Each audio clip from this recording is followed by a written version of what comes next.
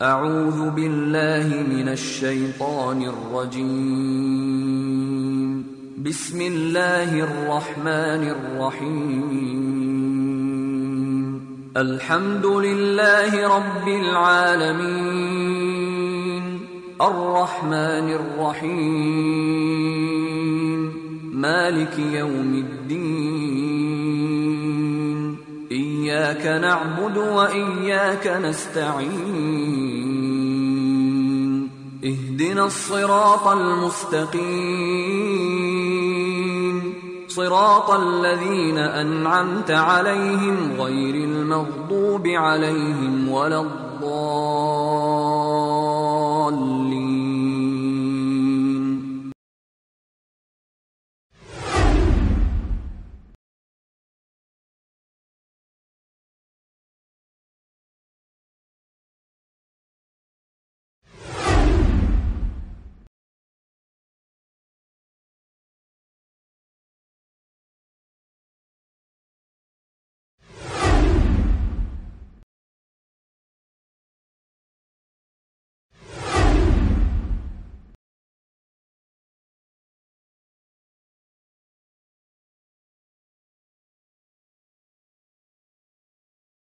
بسم اللہ والصلاة والسلام علی رسول اللہ اما بعد فاعوذ باللہ السمیع العلیم من الشیطان الرجیم بسم اللہ الرحمن الرحیم الحمد للہ رب العالمین الرحمن الرحیم مالک یوم الدین ایاک نعبد و ایاک نستعین اهدنا الصراط المستقیم صراط الذین انعمت علیہم غیر المغضوب علیہم ولا الضالین. آمین. یہ سورۃ الفاتحہ مکی صورتوں میں سے ہے اور یقیناً ہر کسی کو یہ یاد ہے اور نماز میں ہر رکعت میں یہ پڑھی جاتی ہے. آدمی خود امامت کروا رہا ہو یا مقتدی ہو یا اکیلا ہو، یہ تین شکلیں ہیں. تینوں شکلوں میں ظاہر ہے کہ سورہ فاتحہ پڑھی جاتی ہے. البتہ بعض اہل علم نے کہا کہ مقتدی کے لیے ضروری نہیں ہے، اور پھر مقتدی کے لیے ضروری نہیں اس کو بھی دو حصوں میں کہا. بعض نے کہا کہ مقتدی کے لیے جو جہری نمازیں ہیں، مثلا جمعہ ہے، عیدین ہے، فجر ہے، مغرب ہے، عشاء ہے، جن میں جہری قرات ہوتی ہے ان میں نہیں چاہیے. ضروری نہیں بلکہ وہ بڑے گرم سرد ہوتے ہیں، کہتے ہیں ان میں بالکل نہیں چاہیے. اور بعض نے کہا کہ جہری میں نہیں سری میں پڑھ سکتا ہے. اب یہ مختلف قسم کی باتیں ہو گئی. ہر رکعت میں مقتدی ہو، امام ہو، منفرد ہو، سورہ فاتحہ پڑھنا ضروری ہے، کیونکہ نبی صلی اللہ علیہ وسلم کا ارشاد ہے لا صلاۃ لمن لم یقرأ بفاتحۃ الکتاب، اس کی نماز نہیں ہوتی جس نے کہ سورہ فاتحہ نہ پڑھی. اور ایک حدیث میں آتا ہے کہ نبی صلی اللہ علیہ وسلم نے ارشاد فرمایا کہ جس نے نماز پڑھی اور سورہ فاتحہ نہیں پڑھی اس کی نماز ہے یا خداجن ہے یا خداجن ہے یا خداج، وہ ناقص ہے، وہ ناقص ہے، وہ ناقص ہے. اور خدج کیا ہے؟ وہ بچہ جو پورا ہونے سے پہلے مس کیرج یعنی حمل ضائع ہو جائے، مس کیرج ہو جائے، تو اس بچے کو یا وقت سے پہلے، پورا کمپلیٹ مس کیرج نہیں، 7 مہینے کے بعد بچہ پیدا ہو گیا، اب وہ بچہ کمپلیٹ تو نہیں ہوا نا، اسے آپ کو معلوم ہے 2 مہینے کے لیے باقاعدہ گلاس میں رکھتے ہیں اور پھر جب تک وہ پورا نہیں ہو جاتا تب تک اس کو باقاعدہ اسپیشل خیال سے رکھا جاتا ہے. اس کو ہاسپٹلز میں ایک وارڈ ہے باقاعدہ، بڑے ہاسپٹلز میں جاتے آتے شاید کبھی آپ نے دیکھا ہوگا، اس میں ایک وارڈ ہے جس کا نام ہی ہے الخدج، یعنی انکمپلیٹ بچہ جو پیدا ہو جائے ان کی نگہداشت کا وارڈ. نبی صلی اللہ علیہ وسلم فرمایا کہ جو آدمی نماز پڑھے اور اس نے فاتحہ نہ پڑھی اس کی نماز کیا ترجمہ کریں گے خدج کا؟ فہیا خداج، خدج کی مؤنث خداج، اس کی نماز ناقص ہے، اس کی نماز انکمپلیٹ وہی ہوگا نا. یعنی جو بچہ 7 مہینے کا پیدا ہو گیا، 6 کا 5 کا زندہ ہے اور ہاسپٹل نے سنبھال لیا، تو بچہ انکمپلیٹ شمار ہوگا، انکمپلیٹ شمار ہوگا۔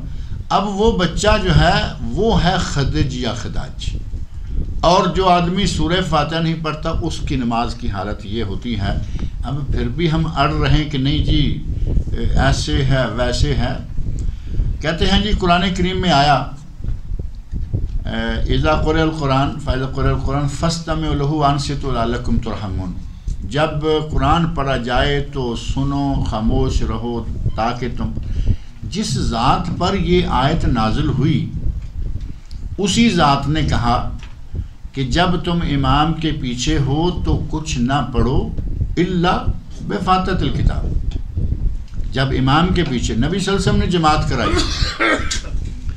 فجر کی جماعت تھی، کسی دوسری نماز کی جماعت تھی، مقتدیوں نے پیچھے سے کسی مقتدی نے یا زیادہ مقتدیوں نے تھوڑی بلند آواز سے قرات کی تو نبی اکرم صلی اللہ علیہ وسلم شاماتے ہیں کہ تم امام کے پیچھے پڑھتے ہو؟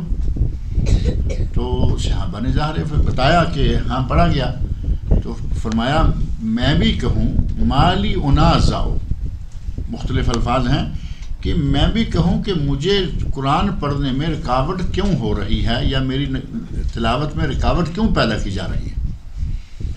اب یہاں بعض روایت میں آگے آتا ہے کہ صحابہ نے پڑھنا چھوڑ دیا، نبی اکرم صلی اللہ علیہ وسلم نے پڑھنے سے منع کیا نہیں کیا، صحابہ کرام نے کہا کہ صحابہ نے پڑھنا چھوڑ دیا، کسی صحیح روایت میں ثابت نہیں ہے، کسی تابعی کا لفظ ہے کہ لوگوں نے چھوڑ دیا، جبکہ یہ بات صحیح طور پر ثابت نہیں ہے۔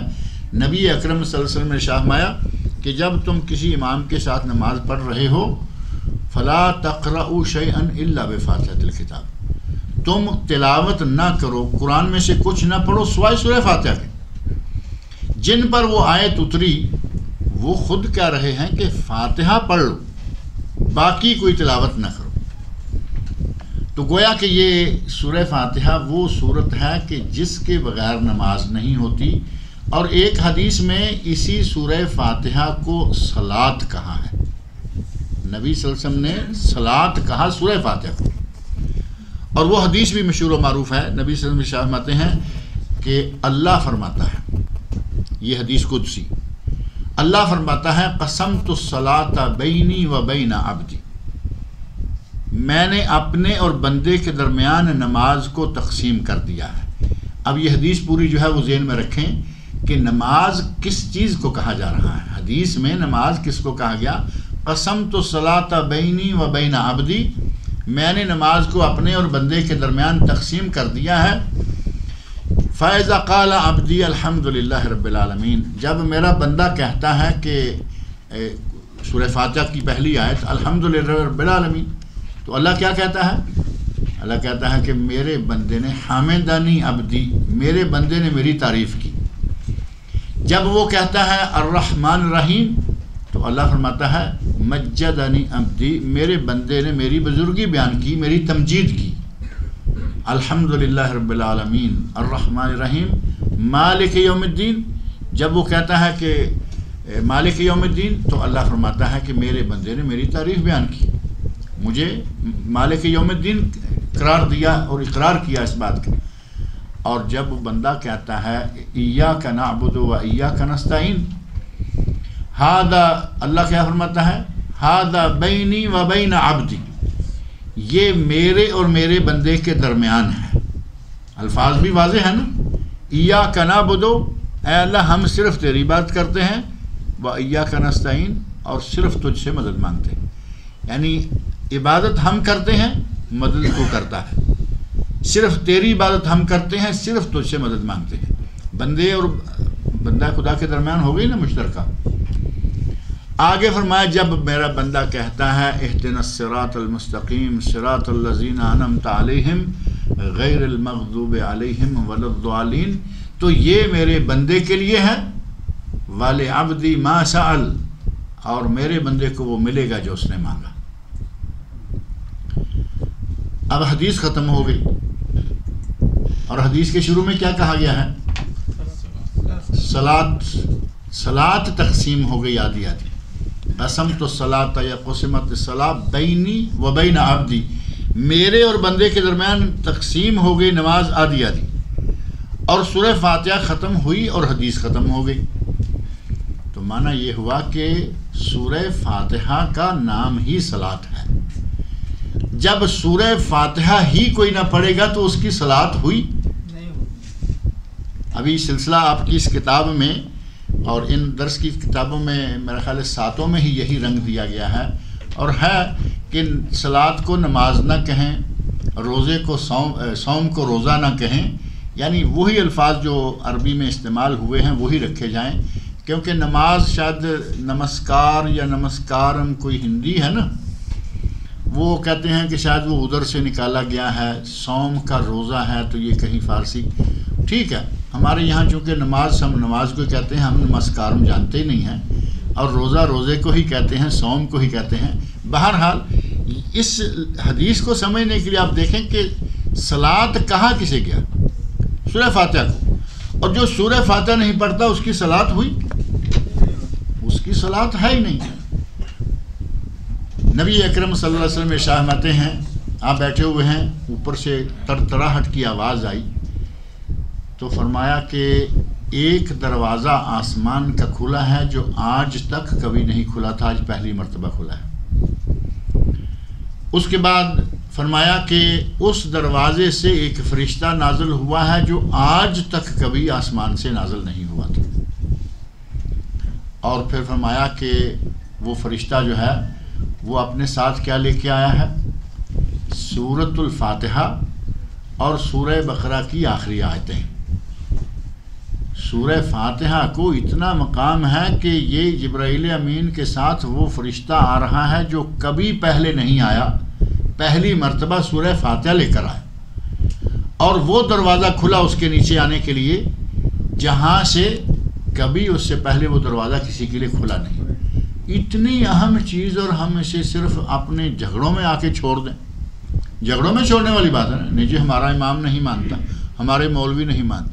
تمہارے مولوی نہیں مانتے تو نہ مانیں، ہمیں تو اتنی اہم چیزیں ہمیں کیوں چھڑواتے ہو؟ نبی اکرم صلی اللہ علیہ وسلم نے ارشاد فرمایا کہ تورات میں، انجیل میں، زبور میں، حتیٰ کہ قرآن میں سورہ فاتحہ کا مقابلہ کوئی دوسری صورت کرنے والی نہیں۔ اب بتاؤ، جس صورت کا اتنا مقام ہو، ہمیں موقع بھی مل رہا ہے۔ امام نے کہا اللہ اکبر، ہاتھ باندھ لیے، اب ہم سبحانک اللہم و بحمدک و تبارک اسمک و تعالی جدک ولا الہ غیرک یہاں کیا اور منہ سی کے کھڑے ہو گئے، یہی ہوگا نا۔ اب منہ تو سی لیا ہے، یہاں کون سلائی کرے گا؟ یہاں تو پتہ نہیں کیا چل رہا ہے۔ جتنا آپ یہاں خاموش کھڑے ہوں گے، خاص طور پر ظہر اثر، باقی تو مان لیا کہ آپ سن رہے، مغرب عشاء فجر جمعہ عیدین آپ سن رہے۔ اگر آپ کو معنی مفہوم کی کچھ سمجھ ہے تو اور بھی اچھا ہے۔ اب ظہر اثر میں کیا ہوگا؟ جیسے ہی آپ نے سبحانک اللہ مکمل کی، ویسے ہی آپ کی توجہ گھر میں چلی گئی، دکان میں چلی گئی، آفس میں چلی گئی، اب اس دھیڑ بن میں لگ گئے۔ ہمیں تب جا کے ہوش آتا ہے جب امام کہتا ہے اللہ اکبر، تو پتہ چلا کہ وہ رکعت پوری ہو گئی، اب تو رکوع جانا ہے۔ اس سے بہتر نہیں ہے کہ سورہ فاتحہ پڑھیں؟ سورہ فاتحہ پڑھیں، جس صورت جیسی تورات، انجیل، زبور، قرآن میں کوئی صورت نہیں، جس صورت کے نزول کے لیے اللہ نے اتنا خاص اہتمام کیا، جس صورت کے بغیر رسول اللہ کہتے ہیں کہ نماز ناقص ہے، جس کے بغیر نماز خداج ہے، ناقص ہے۔ ہم اڑے رہیں کہ نہیں جی ہمارے چونکہ مولوی کہتے ہیں، اور اتنی برکتوں والی صورت، آپ اس کے نام دیکھیں، شروع میں کتنے نام لکھے ہیں؟ ام الکتاب، کتاب کی ماں، یعنی کتاب کی اصل اور بنیاد، ام القرآن، اور السبع المثانی، 7 آیتیں مسلسل پڑھی جانے والی۔ اس کا قرآن کریم میں سبع مثانی کے نام سے تعارف کروایا گیا، اس لیے کہ یہ ہر نماز میں بار بار۔ اب اگر امام کے پیچھے کھڑے ہو جائیں، عصر کی نماز پڑھیں، تو آپ کے حصے میں کتنی مرتبہ سورہ فاتحہ آئی؟ آپ کی بات نہیں، میں ان کی بات کر رہا ہوں۔ ان کے بعد کوئی بھی نہیں آئی، 2 بار بھی نہیں، ان کے حصے میں آئی نہیں۔ اب کیسے ان کے لیے ثابت ہوگا کہ یہ بار بار پڑھی جانے والی 7 آیتیں؟ ان کے لیے تو کبھی کبھی پڑھی جانے والی 7 آیتیں۔ نہ وہ فجر میں پڑھیں نہ وہ مغرب میں پڑھیں، سنتوں میں جا کے پڑھیں گے یا نوافل میں.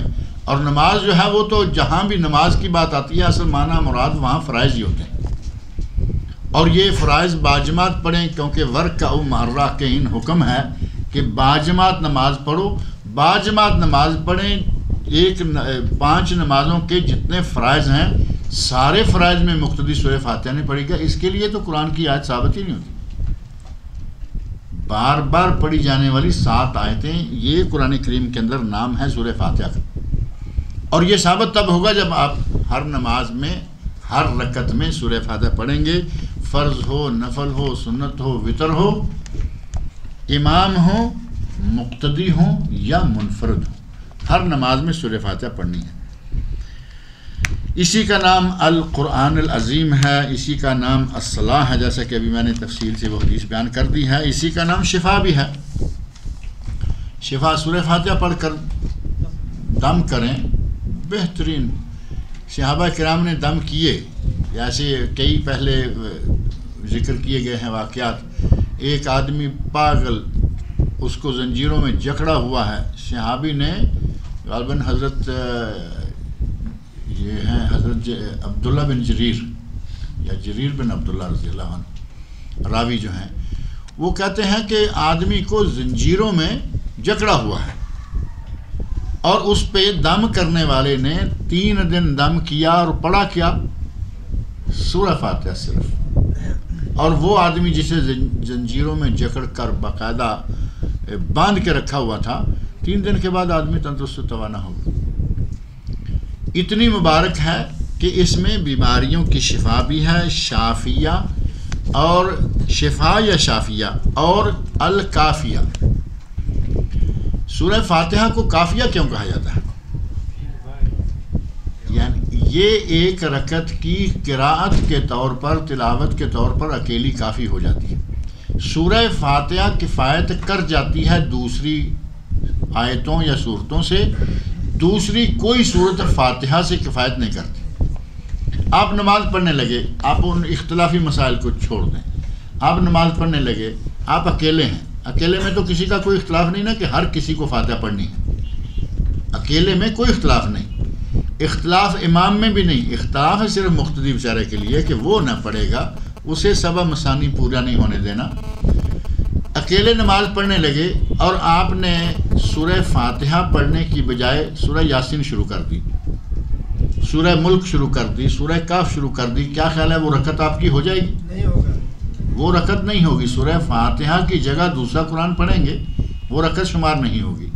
اس لیے کہا گیا اس کو کافیہ، کہ یہ اکیلی سورہ فاتحہ پڑھ کر قل هو اللہ پڑھے بغیر سورہ ملک، سورہ یاسین، سورہ واقعہ، سورہ کاف کوئی بھی نہ پڑھیں، صرف سورہ فاتحہ پڑھ کر رکوع چلے جائیں، آپ کی نماز ہو جائے گی، وہ رکعت ہو جائے گی. اگرچہ ثواب کم ہوگا، کچھ ایک آدمی نے سورہ فاتحہ پڑھی اور اس کے بعد ساتھ ہی اس نے قل هو اللہ پڑھی تو 10 سپاروں کا ثواب وہ مل جاتا ہے. ایک آدمی نے وہ نہیں پڑھی، اس کو وہ سورہ اخلاص نہ پڑھنے کا جو ثواب ہے وہ نہیں ملے گا، لیکن اس کی نماز ہو جائے گی. اس بنا پر سورہ فاتحہ کو سورۃ الکافیہ کہا گیا کہ یہ یکفی تکفی عن الغیر، دوسری صورتوں آیتوں سے یہ کفایت کر جاتی ہے، دوسری کوئی کفایت نہیں کرتی. اسے اساس القرآن، قرآن کی بنیاد کہا گیا، اسے کنز کہا گیا کہ یہ خزانہ ہے، اور واقعی یہ بہت بڑا خزانہ ہے. اور جو بات ابھی میں نے ذکر کی ہے کہ تورات، انجیل، زبور میں کوئی نہیں اس صورت کے مطابق، اسی میں ایک واقعہ حضرت ابو ہریرہ رضی اللہ عنہ بیان کرتے ہیں کہ حضرت ابی بن نبی صلی اللہ علیہ وسلم حضرت ابی بن کعب رضی اللہ عنہ کے پاس گئے اور وہ نماز پڑھ رہے تھے. آپ نے انہیں آواز دی، بلایا تو وہ ظاہر ہے کہ نماز پڑھ رہے ہیں، نہیں آئے. پھر آپ نے آواز دی، پھر نماز کو ذرا مختصر کیا، جلدی جلدی مکمل کر کے گئے. نبی اکرم صلی اللہ علیہ وسلم کے پاس پہنچے تو آپ نے فرمایا کہ بھائی میں نے تمہیں بلایا تھا، تم آئے نہیں. یا رسول اللہ میں نماز پڑھ رہا تھا. تو نبی صلی اللہ علیہ وسلم فرمایا کہ کیا تم نے قرآن نہیں پڑھا؟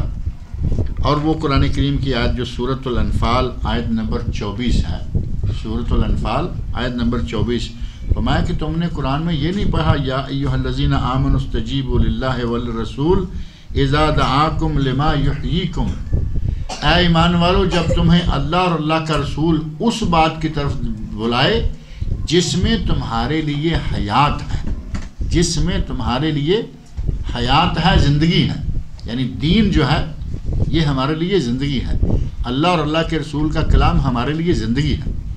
فرمایا کہ جب اللہ اور اللہ کے رسول تمہیں بلائیں اس چیز کی طرف جو کہ زندگی بخشنے والی ہے تو فوری طور پر وہاں لبیک کہو، جس کام بھی لگے ہوئے ہو اس کو چھوڑ دو۔ گویا کہ یہ آیت پڑھ کر حضرت ابی رضی اللہ عنہ کو نبی صلی اللہ علیہ وسلم نے ایک مرتبہ متوجہ کر لیا، اور پھر آپ نے فرمایا کہ وہ صورت ہے سورہ فاتحہ جیسی نہ قرآن کریم میں، نہ تورات میں، نہ انجیل میں، نہ زبور میں، کسی دوسری کتاب میں ایسی کوئی صورت کہیں نازل ہی نہیں ہوئی۔ اور اس کو پڑھنے کا حکم جو ہے وہ میں نے آپ کے سامنے مختصر رکھ دیا ہے کہ مقتدی ہو، امام ہو، کوئی بھی ہو، اسے پڑھنا چاہیے، اور ہر شکل میں اس کا پڑھنا ہی مناسب ہے، ضروری ہے، ثواب بھی بڑھتا ہے۔ اور اگر ضد میں آ جائیں کہ نہیں ہمارے امام کہتے ہیں ویسے اور امام کہتے ہیں، قرآن کی جو آیت پڑھی جاتی ہے وہ مکہ میں نازل ہوئی، امامت کا سلسلہ مدینہ میں جا کے باقاعدہ شروع ہوا، اور اسی طرح بہت سارے دلائل دیتے ہیں۔ ان دلائل میں سے ایک دلیل یہ بھی دی جاتی ہے کہ جو آدمی امام کے پیچھے سورہ فاتحہ پڑھے اس کے منہ میں آگ ڈالی جائے۔ سنا ہوگا یہ مسئلہ آپ نے، اس کے منہ میں آگ ڈالی جائے، انگارہ ڈالا جائے، اس کے منہ میں پتھر ڈالے جائیں، اس کے منہ، کئی روایت کئی طرح کی ہیں، جبکہ اس روایت کو بیان کرنے والے آدمی جو راوی ہے، اس کا راوی کے بارے میں محدثین اکرام نے بڑے سخت الفاظ کہے، بڑے سخت الفاظ، جن الفاظ کے بعد بھی اگر کہا جائے کہ یہ روایت ہماری دلیل بنتی ہے تو پتہ نہیں یہ علماء ہو کر بھی اس روایت کو اپنے کھاتے میں کس طرح ڈال لیتے ہیں، اور نہیں بعض آتے لوگ ضرور ڈالتے چلے جاتے ہیں۔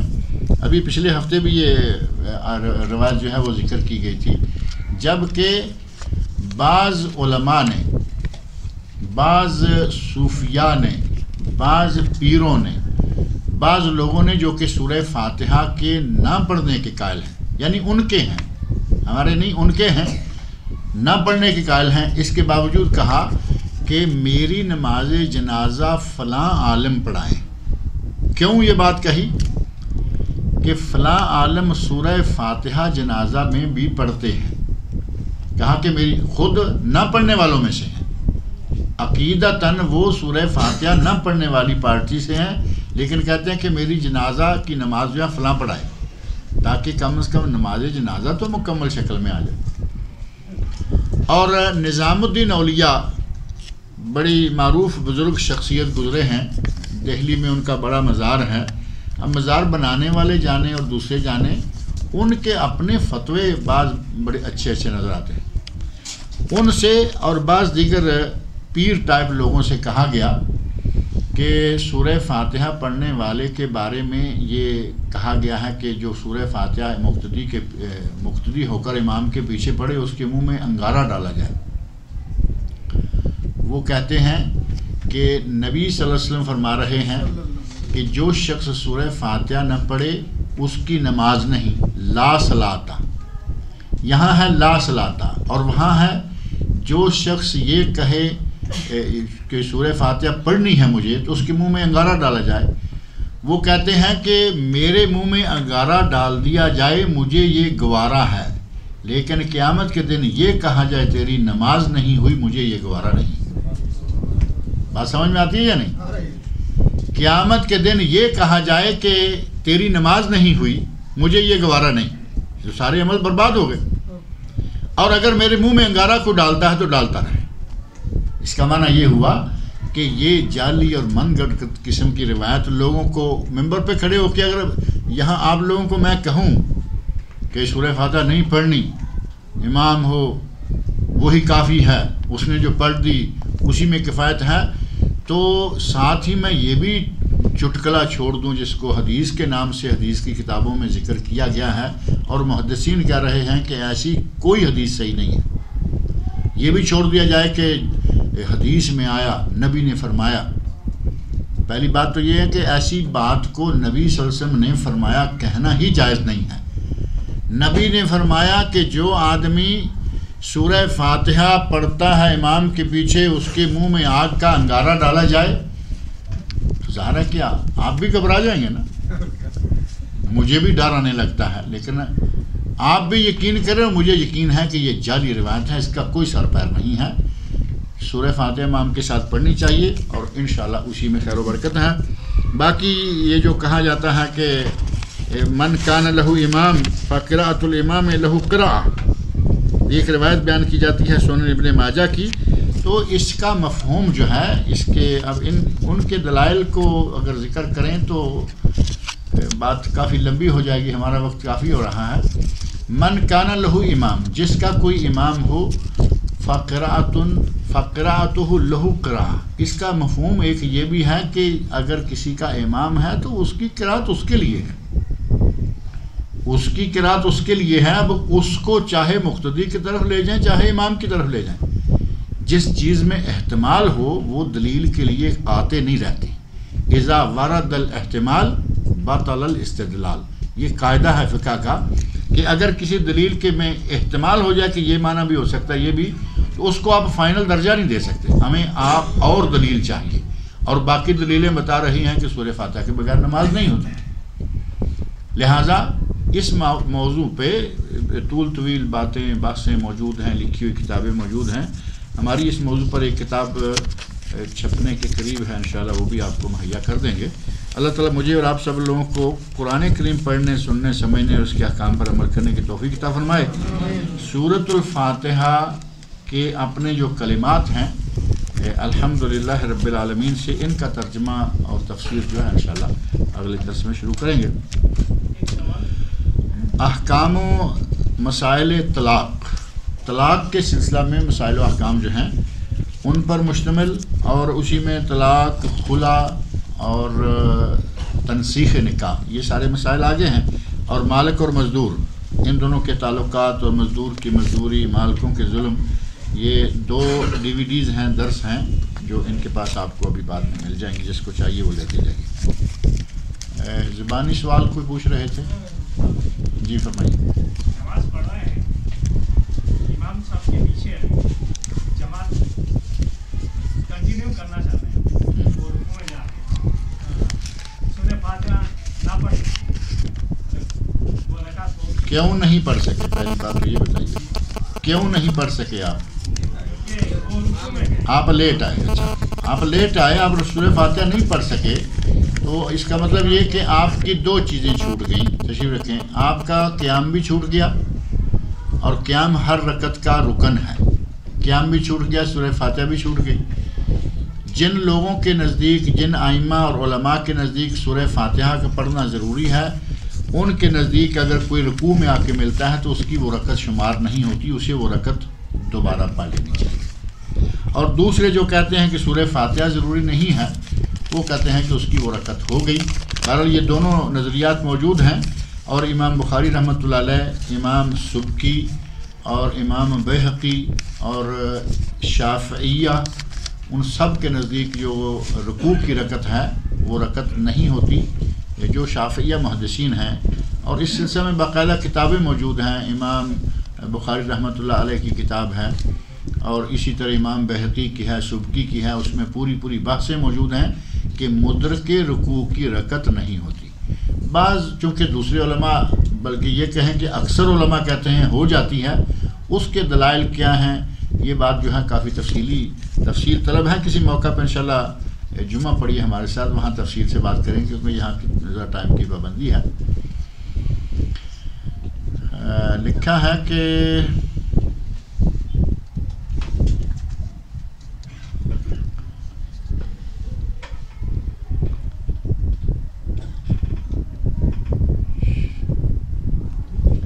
پہلی لائن میں کچھ میرے بارے میں شاید لکھ دیا ہے.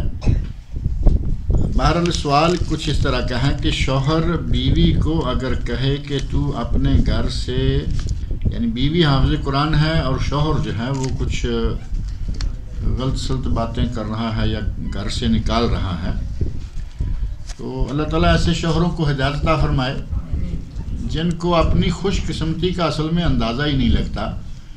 حافظ قرآن بیوی ہو، اگر کوئی آدمی خود حافظ قرآن ہے بہت بڑی سعادت ہے. قیامت کے دن حافظ قرآن کے ماں باپ کو اللہ تعالیٰ تاج پہنائے گا، جس تاج کی روشنی معلوم ہے کتنی ہوگی.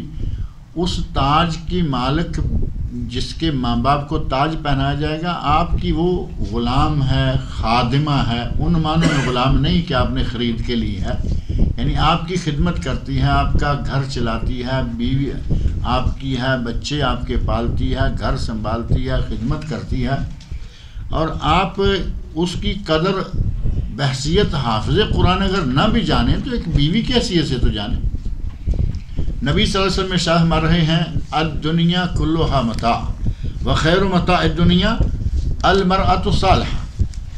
یہ دنیا مال و اسباب ہے اور دنیا کا سب سے بہترین مال و اسباب نیک بیوی ہے. حافظ قرآن بیوی دنیا کا بہترین مال و اسباب. اور آپ اتنی ناقدری کر رہے ہیں کہ گھر سے نکالنے کے لیے یا کیا کیا الفاظ جو کہہ رہے ہیں. صرف بیوی ہی ہو، مسلمان ہو، نماز کی پابند ہو، صرف بیوی، حافظ قرآن نہیں، اس کے لیے بھی اس طرح کے الفاظ استعمال کرنا اور اس کو مار پیٹ، برا بھلا کہنا یا تنگ کرنا وہ جائز نہیں ہے. بیوی کے بہت سارے حقوق ہیں. ہماری مشکل یہ ہے، ہمارا پرابلم یہ ہے کہ ہم صرف اپنے حقوق لینا جانتے ہیں. شوہر حضرات کو اپنے حقوق لینے کا ہی صرف حق ہے، یہ حقوق دینا نہیں جانتے. بیوی کا احترام ہے نہیں، قدر ہے نہیں، بیوی بھی کوئی انسانی مخلوق ہے یا نہیں، یہ چیزیں ہم سمجھتے نہیں. عہد جاہلیت میں عورت کو شیطان کی پڑیا، جن، غیر انسانی مخلوق، یہ وہ جو کچھ کہا جاتا رہا. نبی صلی اللہ علیہ وسلم تشریف لائے تو فرمایا بیوی ماں ہے تو جنت اس کے پاؤں کے نیچے. بیوی عورت ماں ہے تو جنت اس کے پاؤں کے نیچے. عورت اگر بیوی ہے تو ساری دنیا کی قیمتی دولت ہے. عورت اگر بیٹی ہے تو 2 بیٹیاں جہنم کی راہ میں دیوار ہیں. اگر عورت بہن ہے تو 2 بہنوں کی تربیت کر کے ان کی شادی کرنے والے کو جہنم کے راستے میں رکاوٹ بن جائیں گے. اللہ رب العزت نے، نبی صلی اللہ علیہ وسلم نے ہمیں کتنی تعلیمات دیں اور ہم معمولی سے کھاتے میں ذرا کوئی اونچ نیچ ہوئی اور بیوی کے لیے سارا کچھ استعمال کرنے کے لیے تیار ہو جاتے ہیں. بیویوں کے حقوق ہیں، ان کے حقوق کا خیال رکھنا چاہیے. ان کی عزت نفس ہے، اس کا خیال رکھنا چاہیے. اور اگر آپ بالکل ہی احترام نام کی چیز بیوی کے لیے نہیں رکھیں گے تو ہو سکتا ہے کہ ظاہر میں تو وقتی طور پہ وہ احترام کرے، دل سے وہ آپ اتر جائیں گے. سیدھی سی بات ہے کہ دل سے آپ اتر جائیں گے، بجائے اس کے کہ بیوی کے دل سے اتر کر گھر کے اندر ایک عجیب سا ماحول پیدا کیا جائے. بیویوں کا احترام کرنا چاہیے. نبی صلی اللہ علیہ وسلم نے اپنے گھر میں بیویوں کے ساتھ کیا سلوک رکھا، کیا رویہ رکھا، ہم سنتے ہیں درس میں، گھر میں جا کے سب بھول جاتے. گھر میں صرف بیوی نظر آتی ہے، پھر وہ اس کا کوئی حق بھی ہے یا نہیں، وہ ساری چیزیں ختم ہو جاتی. ہمیں اس موضوع پہ طویل بات کرنے کی ضرورت نہیں ہے. بیویوں کے حقوق، شوہروں کے حقوق، وہ آپ کے پاس دروس کی شکل میں کئی علماء کرام کے کیسٹ وغیرہ بھی ہوں گے. بہرحال ان صاحب کی بڑی خوش نصیبی ہے کہ بیوی حافظ قرآن ہے. ان کو چاہیے کہ ان کا جس طرح بھی ہو سکے اچھے طریقے سے ان کے ساتھ ڈیلنگ کیا کریں.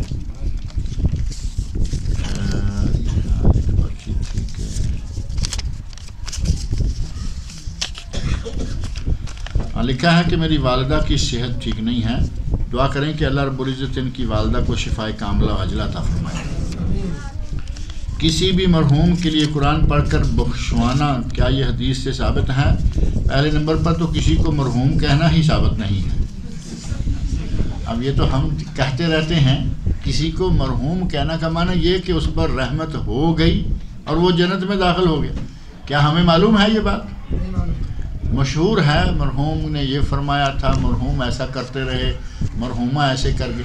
اسی پہ بس نہیں کرتے، ہمارے یہاں اگلا لفظ بھی موجود ہے، مرحوم و مغفور، بخش بھی دیتے ہیں ہم. ہمارے یہاں یہ بخشش کے ٹکٹ بھی بکتے ہیں، رحمت کے بھی. بہرحال ہماری نیت چونکہ صحیح ہوتی ہے، ہمارا مطلب یہ ہوتا ہے کہ اللہ تعالیٰ اس پر رحمت کرے، فوت ہو گیا ہے، ان کے لیے قرآن پڑھ کر بخشوانا اور یہ وہ کرنا، یہ ساری چیزیں جو ہیں یہ ہم نے ایجاد کی ہیں. ہندوستان میں جو پاکستان، انڈیا کا، بنگلہ دیش کا مجموعہ ہے. صرف ہندوستان میں عموماً اس لیے کہتا ہوں کہ وہ ایک ہی ملک تھا اور ایک ہی ہے. آج بھی صرف ایسے کچھ ہاتھ بندیاں ہیں، جو ادھر ہوتا ہے وہ ادھر ہوتا ہے، بات تو ایک ہی ہے نا. تو یہ ہندوستان کی ایجاد ہے. یہ نہ قرآن سے ثابت ہے، نہ حدیث سے ثابت ہے، نہ خلفاء سے، نہ صحابہ سے، نہ تابعین سے، حتیٰ کہ نہ ائمہ کرام سے. جو ہمارے قرآن خوانی کی شکل بنائی گئی ہے وہ کسی سے ثابت نہیں. اور ہمارے برصغیر میں جو زیادہ قرآن خوانیاں کرواتے ہیں، قرآن خوانیاں کروانے کا آج جہاں سب سے زیادہ رواج ہے، ان کے پیر و مرشد کیا کہتے ہیں؟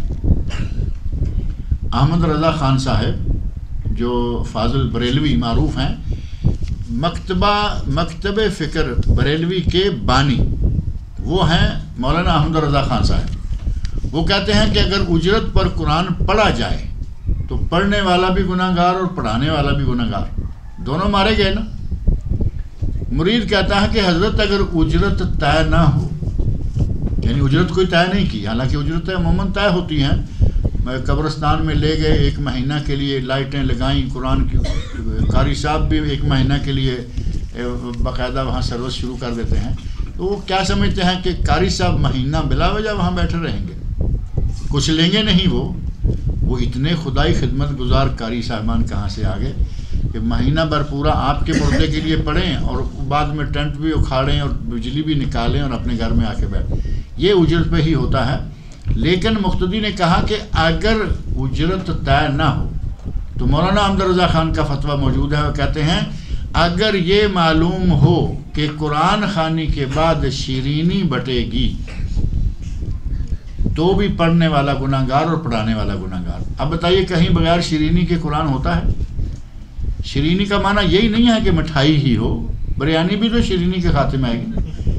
بریانی پک جائے، مٹھائی بٹ جائے، بوندی بٹ جائے، لڈو بٹ جائیں، کچھ بھی بٹ جائے، اگر قرآن خوانی پر کچھ اس طرح کی پارٹی ہوتی ہے تو کہتے ہیں کہ پڑھنے والے بھی گناہ گار، پڑھانے والے بھی گناہ گار. عجیب اتفاق ہے کہ بانی کا فتویٰ اتنا فرسٹ کلاس اور ماننے والوں کا یہ حال ہے کہ انہی کے گھروں میں قرآن خوانیاں ہوتی ہیں.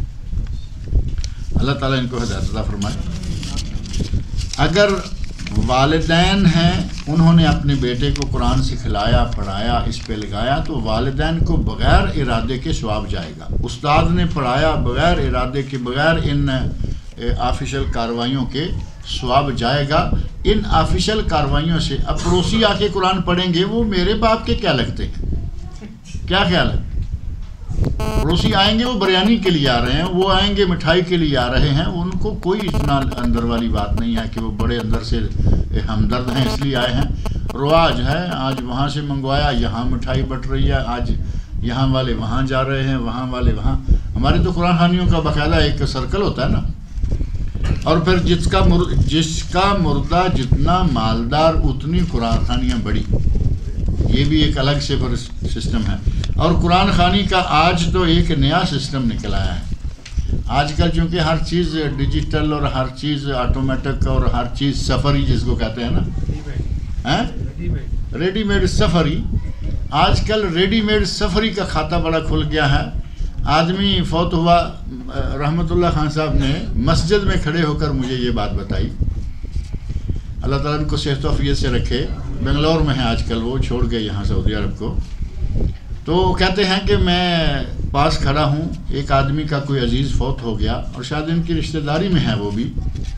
اس نے کہا کہ مولانا ہمارے فلاں حضرت کے، جیسے مرحوم لکھا ہے، ہمارے فلاں مرحوم کے لیے قرآن خوانی، اب یہ اتنا پہنچے ہیں کہ قرآن خوانی کروانی ہے تو مولانا کتنے قرآن چاہیے؟ کہتے ہیں مولانا نے فرض کہا کتنے قرآن چاہیے؟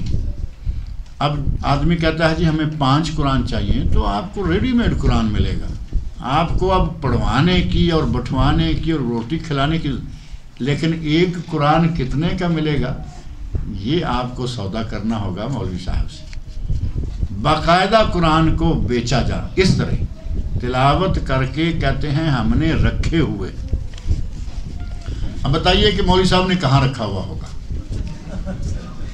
مولوی صاحب نے قرآن پڑھا، ان کی زبان سے نکل گیا، پڑھ لیا، مان لیا، 10 مرتبہ پڑھا ہے. اب بتائیں مولانا نے وہ 10 مرتبہ جو پڑھا تھا کہاں رکھا ہوا، جب اٹھا کے کچھ اس کو دیں گے کچھ اس کو دیں گے، سمجھ نہیں آتی کہ کس طرح کا رنگ لے. اور یہ بڑے بڑے فاضل لوگ یہ کر رہے ہیں، ریڈی میڈ قرآن آج بیچ رہے ہیں، بلکہ ریڈی میڈ قرآن خوانی سسٹم یہ آ چکا ہے. اللہ تعالیٰ ہدایت عطا فرمائے ہمارے ملک میں. اگر کوئی شخص امام کو رکوع میں پا لے تو اس کی رکعت شمار، یہ بات ہو گئی ہے نا ابھی تھوڑی دیر پہلے. کیا نماز فجر میں سورہ فاتحہ کے بعد 2 سورت پڑھ سکتے ہیں یا نہیں؟ 2 سورت پڑھ سکتے ہیں، 4 6 10 بھی پڑھ سکتے ہیں. سورہ فاتحہ پڑھنے کے بعد آپ اکیلے ہیں، آپ جتنی دیر تک چاہیں چھوٹی چھوٹی صورتیں ہیں پڑھتے جائیں، بڑی ہے ایک ہی پڑھ لیں کافی ہے. لیکن اگر چھوٹی ہیں، آپ کے پاس وقت ہے، آپ کا جی چاہ رہا ہے، طبیعت میں نشاط ہے، بڑی اچھی بات ہے، پڑھیے جتنی چاہے پڑھیے، کوئی پابندی نہیں ہے کہ صرف ایک ہی صورت پڑھنی. قل هو اللہ احد اور تبت یدا. لوگ کہتے ہیں کہ نماز میں کچھ سمجھ میں نہیں آ رہا سوال. 2 سورت امام نے پڑھی ہیں. بہرحال اگر آپ 2 صورتیں پڑھنا چاہتے ہیں پڑھ سکتے ہیں، امام 2 پڑھنا چاہے پڑھ سکتا ہے. اور ایک امام کا واقعہ حدیث میں موجود ہے نا کہ امام سے کہا گیا، مقتدیوں نے کہا کہ دیکھو آپ جب بھی کوئی صورت پڑھتے ہیں بعد میں قل هو اللہ ضرور ہی پڑھ دیتے ہیں. قباء کے امام تھے نا، یہ مسجد قباء کے امام ہیں، تو وہ ایک صورت پڑھتے. قباء والوں نے، بستی والوں نے، وقت زیادہ تو نہیں ہو رہا، کچھ سوال تھوڑا مختصر سا دیتے ہیں. قباء والوں نے اپنا امام مقرر کیا. امام ان کے حساب سے بہت اچھا اور نیک تھا، کسی دوسرے کو وہ مقرر نہیں کرنا چاہتے، اتنا اس کو پسند کرتے. وہ کوئی بھی صورت پڑھتے، مثلا تبت یدا پڑھا بعد میں قل هو اللہ، لإلاف قریش پڑھا بعد میں قل هو اللہ، تو کہتے ہیں کہ تم کیوں دوسری مرتبہ ضرور قل هو اللہ پڑھتے ہو، تمہارا ایک پر گزارا نہیں ہوتا. وہ کہتے ہیں کہ میرا ایک سے گزارا نہیں ہوتا، اگر میرے ساتھ پڑھنی ہے تو میں ایسے پڑھوں گا، نہیں پڑھنی کسی اور کو امام مقرر کرو. کسی اور کو امام بھی نہیں مقرر کرنا چاہتا. نبی صلی اللہ علیہ وسلم سے جا کے شکایت کر دی، کہا یا رسول اللہ یہ ہمارے ساتھ ایسے کر رہے ہیں. تو آپ نے بلایا، پوچھا، تو وہ کہتے ہیں کہ یا رسول اللہ میں سورۃ الاخلاص سے محبت کرتا ہوں. تو نبی صلی اللہ علیہ وسلم نے کیا فرمایا کہ کیوں ایسا کرتے ہو؟ نہیں، فرمایا حبو کا ایہا ادخلت کل جنہ، تیرا سورہ اخلاص سے محبت کرنا اس عمل نے تمہیں جنت میں داخل کر دیا. 2 صورتیں پڑھنے والے ہیں نا. اس طرح اگر کوئی امام 2 پڑھتا ہے کوئی حرج نہیں، مقتدی 2 پڑھتا ہے کوئی حرج نہیں. ہمارے ہندوستان میں مسلمانوں کی مسجد میں کیا شیعہ اور قادیانی مسجد میں آ سکتے ہیں؟ کیا آپ کے ہندوستان میں مسجدوں کے احکام اور ہیں؟ مسجد کے احکام سب جگہ ایک ہیں. جیسے یہاں آپ دیکھتے ہیں کہ مسجد میں سارے آ رہے ہیں، لیکن کیا مسجدوں میں شیعہ داخل نہیں ہوتے ہیں. جس کا باجماعت جی چاہتا ہے پڑھنے کو باجماعت پڑھتا ہے، لیکن عموماً وہ ہمارے ساتھ باجماعت نہیں پڑھتے. پیچھے ایک جگہ ٹیشو رکھا ہوا ہے، دیکھا نا آپ نے، ٹیشو رکھا ہوا، ادھر پڑھ رہا ہے ادھر پڑھ رہا ہے. میں نے ایک مرتبہ کلپ دیکھا موبائل میں، کسی نے مجھے دکھایا کہ انہوں نے وہ کسی شیعہ کی نماز جو ہے وہ نقل کی. ایسے اس نے ٹیشو رکھا ہے، اب یہ کھڑا ہے، جب سجدہ کرنے کے لیے آیا تو اس نے ٹیشو اٹھا کے آگے کر دیا. اب چونکہ اس کو ٹیشو پہ سجدہ کرنا ہے، ادھر ادھر نہیں، وہ تھوڑا آگے بڑھا، اس نے اٹھا کے اور 3-4 سٹیپ اس نے آگے کیا. یہ آگے بڑھتا جا رہا ہے بکری کی طرح. تو کیا ضرورت کیا ہے ٹیشو کی؟ مسجد اللہ تعالیٰ نے زمین پوری کو مسجد بنا دیا. فرمایا جو علت لیل مسجد لیل ارض مسجدن و طہورا، اللہ نے مجھے مسجد، زمین مسجد اور طہارت میرے لیے بنا دی ہے. تیمم ہے، وضو بھی مسجد مٹی سے، اور اسی مٹی پہ نماز. نبی صلی اللہ علیہ وسلم نے فرمایا کہ مجھے یہ خاص دیا گیا ہے، اور ہمارے یہ لوگ جو ہیں اللہ تعالیٰ ان کو ہدایت فرمائے. بہرحال قادیانی تو مسلمان نہیں ہے. پہلی بات یہ تو فتویٰ صادر ہو چکا ہے کہ قادیانی مسلمان نہیں، لیکن آپ کو کیسے پتہ چلے گا کہ یہ مسلمان ہے یا نہیں؟ آپ کے پیچھے باجماعت نماز پڑھنا چاہتا ہے، پڑھتا رہے گا. لیکن یہ خیال کریں کہ اگر پتہ چل جائے یہ قادیانی ہے، نماز پڑھتا ہے، بعد میں ادھر ادھر لے کے لوگوں کو بیٹھتا ہے، تو اس کو لوگوں کو متنبع کر دیں کہ یہ قادیانی ہے، یہ خود غیر مسلم ہے، کسی اور کو بھی بہکائے گا، پریشان کرے گا، ایسے لوگوں کا خیال رکھنا ضروری ہے۔ ایک صاحبہ بولتی ہیں کہ میں نے تو اپنے لیے بہت تسبیحاں اور قرآن پڑھ رکھے ہیں۔ ٹھیک ہے، بولتی ہیں تو ہم کیا کہہ سکتے ہیں، انہوں نے اپنے لیے بہت تسبیحاں قرآن پڑھ رکھی ہیں تو اچھا ہے، یعنی ایک آدمی نے 100 قرآن پڑھ رکھا ہے اپنے لیے، اب کہیں کہ کل سے اس کی ڈسٹریبیوشن بھی شروع کر دیں گے تو یہ نہیں ہوگا، یہ اپنے لیے ہے، اور پڑھنے والی کو یا پڑھنے والے کو اسے ثواب ہوگا، اس کے ماں باپ کو ہوگا، اس کے استاد کو ہوگا، لیکن محلے میں ادھر ادھر وہ نہیں جا سکتا، کہیں بھی نہ جاتا ہے۔ سود حرام ہے، لیکن اگر کوئی شخص سود مجبوری کے تحت لیتا ہے تو اس میں کیا اس پر کوئی گناہ ہوگا یا نہیں؟ سود بھی مجبوری کے تحت لیا جا سکتا ہے، سود شوق سے لیا جاتا ہے، مجبوری سے کوئی نہیں لیتا، اور نہ کوئی آدمی بتائے کہ یہ سود لینے کی میری شکل مجبوری کی ہے۔ بینک میں کام کرنا کوئی مجبوری نہیں، بہت سارے کام کی جگہ ہیں، جب تک آدمی اینٹ پتھر اٹھا کر مزدوری کر کے روٹی کما کے کھا سکتا ہے اسے بینک میں کام نہیں کرنا چاہیے۔ اب جو آدمی یہ کر سکتا ہے اس کا جا کے بینک میں ڈیرا لگانا، سودی کاروبار میں تعاون کرنا ہے۔ پھر اس کے بعد کون سی ایسی مجبوری ہے کہ سود لینا ضروری ہو؟ سود تو آپ نے پیسہ دیا ہوا ہے، جمع کروایا ہوا ہے، وہ سود دے رہا ہے، آپ اس کو شوق سے کھا رہے ہیں، اس میں کوئی مجبوری نہیں ہوتی۔ فجر کی نماز قضا ہو جائے تو اس کے لیے قضا کرنا ضروری ہے یا صرف توبہ کرنا کافی ہے؟ اگر نماز قضا ہو جائے تو قضا پڑھ لینی چاہیے، نبی اکرم صلی اللہ علیہ وسلم نے پڑھی ہے یا نہیں؟ صحیح بخاری شریف میں واقعہ موجود ہے، بہت ساری نمازیں قضا ہو جائیں، پتہ نہیں کتنی ہیں، وہاں معاملہ آ گیا توبہ کا۔ اب ہمارے وہ قضا عمری والوں کو کہا جاتا ہے کہ توبہ کریں اور آئندہ شروع کر دیں، تو وہ سمجھتے ہیں کہ اب میری ایک نماز چھوٹ گئی تو وہ بھی توبہ کے جان چھوٹی۔ ایسا نہیں، نبی اکرم صلی اللہ علیہ وسلم کی فجر قضا ہوئی، آپ نے سورج اگے فجر کی نماز پڑھی اور 4 رکعتیں پڑھی، اذان کہلوائی، اقامت کہی اور سنتیں پڑھی اور جماعت کروائی۔ فجر کی نماز قضا ہو جائے تو اس کے لیے قضا کرنا ضروری ہے کیا؟ یا رسول اللہ صلی اللہ علیہ وسلم بولنا درست ہے؟ یہ تو بڑے کسے پٹے مسائل ہو گئے ہیں۔ اللہ اور اللہ کے رسول کو باہم ملا دینا یہ ہمارے یہاں عادت بنی ہوئی ہے، یہ صحیح نہیں ہے۔ یا رسول اللہ صحابہ کرام کہا کرتے تھے کیونکہ آپ کے سامنے نبی صلی اللہ علیہ وسلم بیٹھے ہوا کرتے تھے۔ اب آپ ہمارے سامنے کیا نبی صلی اللہ علیہ وسلم ہیں؟ کیا خیال ہے؟ جب نہیں ہے تو پھر یا رسول اللہ کہنے کا معنی، اگر لکھا ہوا پڑھ رہا ہے ایک آدمی، اس میں لکھا ہوا کہ فلاں صحابی آئے انہوں نے کہا یا رسول اللہ، تو یہ ہے اس صحابی کی بات کو ہم نقل کر رہے ہیں، اس میں کوئی حرج نہیں۔ لیکن ایسے ہمارے یہاں یا رسول اللہ صدقے یا رسول اللہ، نبی اکرم صلی اللہ علیہ وسلم وفات پا چکے ہیں، آپ برزخی زندگی میں ہیں، اس زندگی سے آپ کا تعلق ختم ہو چکا ہے۔ اللہ تعالیٰ مجھے اور آپ سب لوگوں کو نیک عمل کی